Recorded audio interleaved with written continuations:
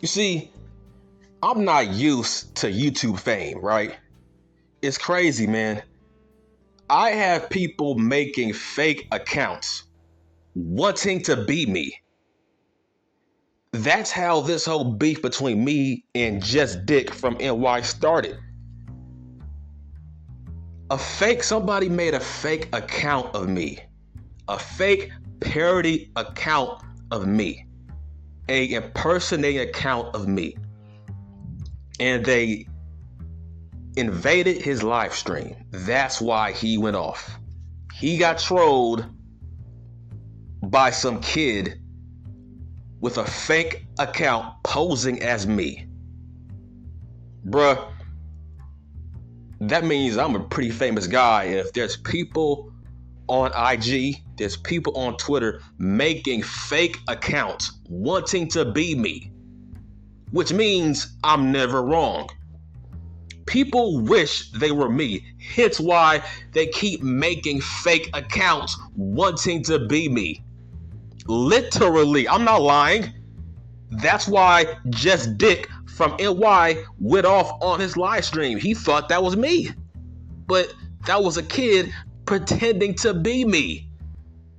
That's how famous I am when it comes to YouTube wrestling now. I made it. You know you made it when people are making fake accounts trying to catfish people as you. You see, that little midget from New York thinks that it's a lie. It's a fabrication lie that the reports are that LA Knight was a backstage problem, that he rubbed people the wrong way backstage. He thinks that's a lie that the WWE made up. Oh, really? Okay. Let me show you why I'm way better than you at this thing, right? I do my research. I have known Sean Ricker, aka LA Knight, ever since 2010. He's from California. He's from out here from where I live at. Him and Scorpio Sky used to wrestle on the Indies in California for a company called Championship Wrestling from Hollywood. I watch it every week. I know this man like a book, right? There is an interview online, I think last year, right? It was an interview about Sean Ricker, aka LA Knight, right? And he said when he first got signed to NXT and when he first entered the NXT locker room with his own mouth, he said that people felt like he was rubbing people the wrong way. That's what he said. He said people's first impressions of him, he said that he rubs people the wrong way based on his standoffish, very, very cocky, confident personality. People confuse that with being standoffish and arrogant, but he thinks it's just being confident and not wanting to step on people's toes. So the point is, he has confirmed it. He co-signed it that he does rub people the wrong way backstage on first impression.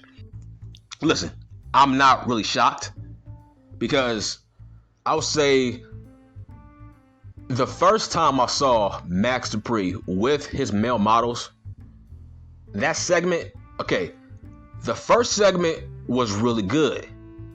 It was a home run segment.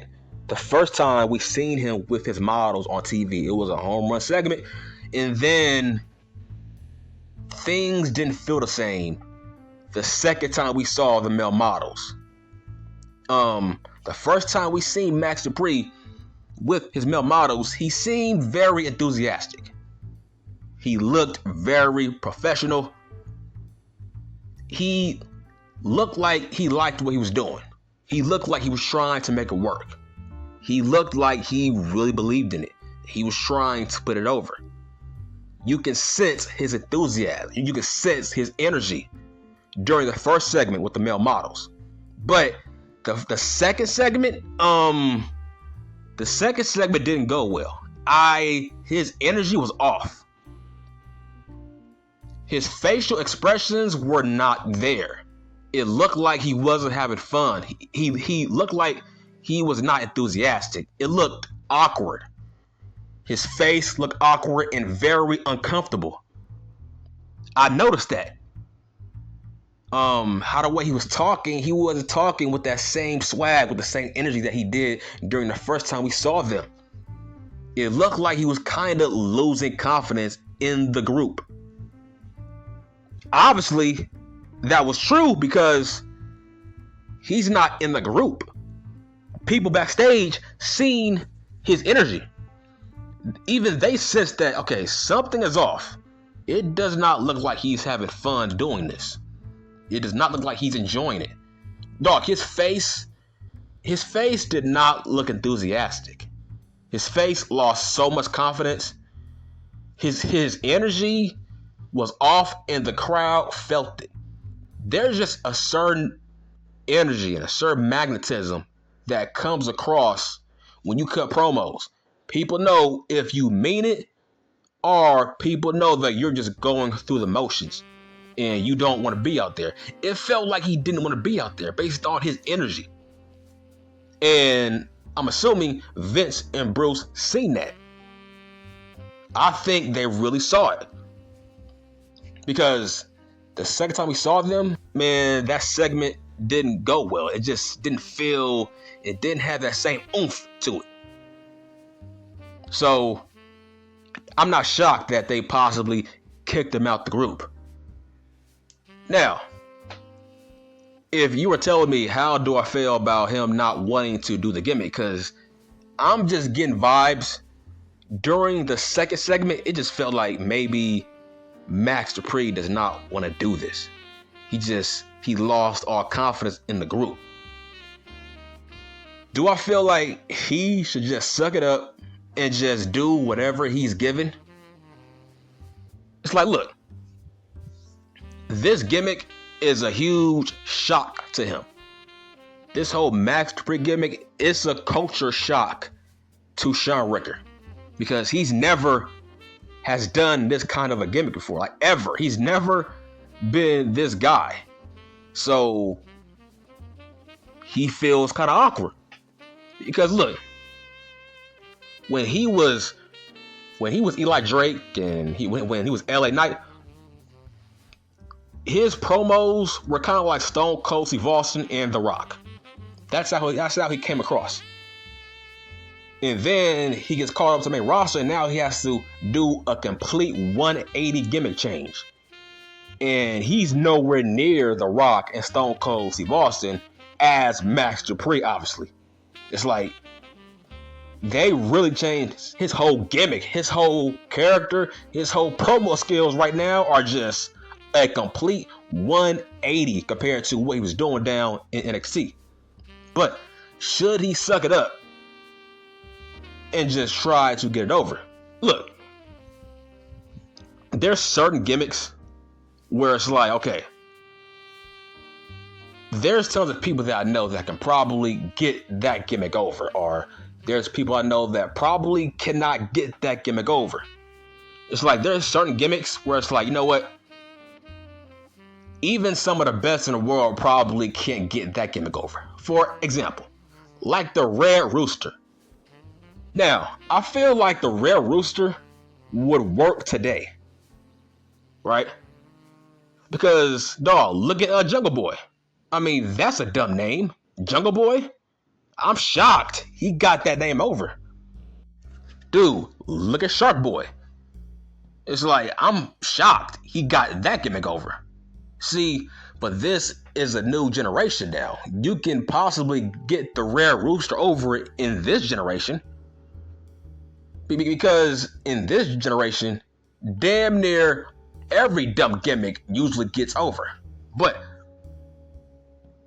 there's certain gimmicks that might be dead on arrival. And it's like, dog, even some of the best in the world probably can't get this gimmick over or that gimmick over. When it comes to the male models, I feel like that gimmick can possibly get over, but it might take some time. And possibly when it comes to Sharon Ricker, when it comes to Max Dupri, maybe he didn't have the patience to want to work his ass off to get that gimmick over. Maybe he lost confidence. That's what I think, because if you ask me, how many people can possibly get that gimmick over? Bruh, it's not a lot. That's a hard gimmick to get over. The maximum male models, that is a very hard gimmick to get over. I don't care what company you're in.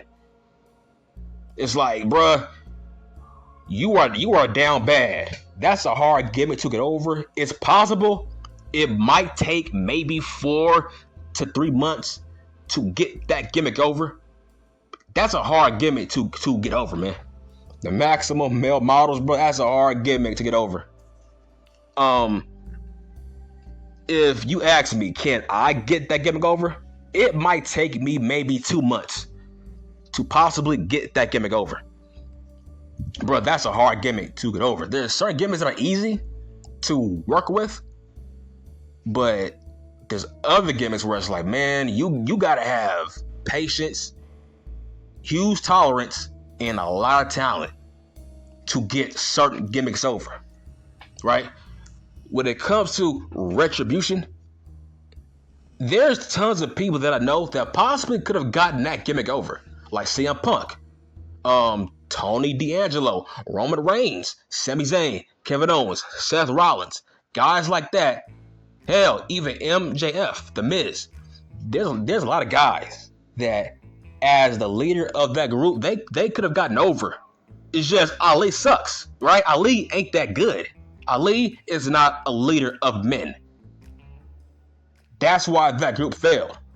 The crowd didn't take him seriously as the leader, so that group failed on arrival. But there's certain factions, there's certain gimmicks that can get over based on who is the leader of the group. But when it comes to the maximum male models, it's like you need patience to get that gimmick over, bro. I mean, look, they have potential. They have potential. You just gotta be patient. But I think Max Dupri lost patience. It's like, look, I'm not mad at him. It's just, dude, this was a totally different gimmick. He's never done this kind of gimmick in his whole career. He's been the same guy for the past 15 years. Seriously, he's been the same guy. He's never had to do a complete 180 change to his gimmick before. So this was kind of a shell shock for him. So I'm not mad at him. Right? It's like it takes certain people to get certain gimmicks over.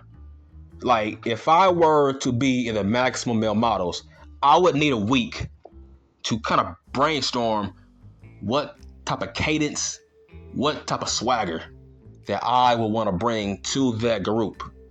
You gotta brainstorm, man. You gotta think, what does the audience want as a heel? How can you trigger the audience? See, like, there's certain gimmicks where it's like, bro, you gotta brainstorm on how you want to get that gimmick over. It's gonna take some time to get the maximum male models over. But I'm not mad at Max Dupri. But yes, I do believe those reports that he possibly rubbed people the wrong way backstage. I mean, he's been doing that actually his whole career. Y'all just don't know about it because he was never really a big name.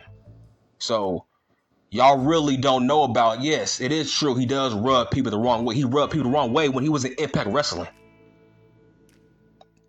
And the fact that he had a problem with not wanting to work with small guys. The fact that he said with his own mouth, he don't like working with small guys. He said he don't want to work with women. He doesn't want to work with smaller guys in the ring. That stuff like that will get you heat.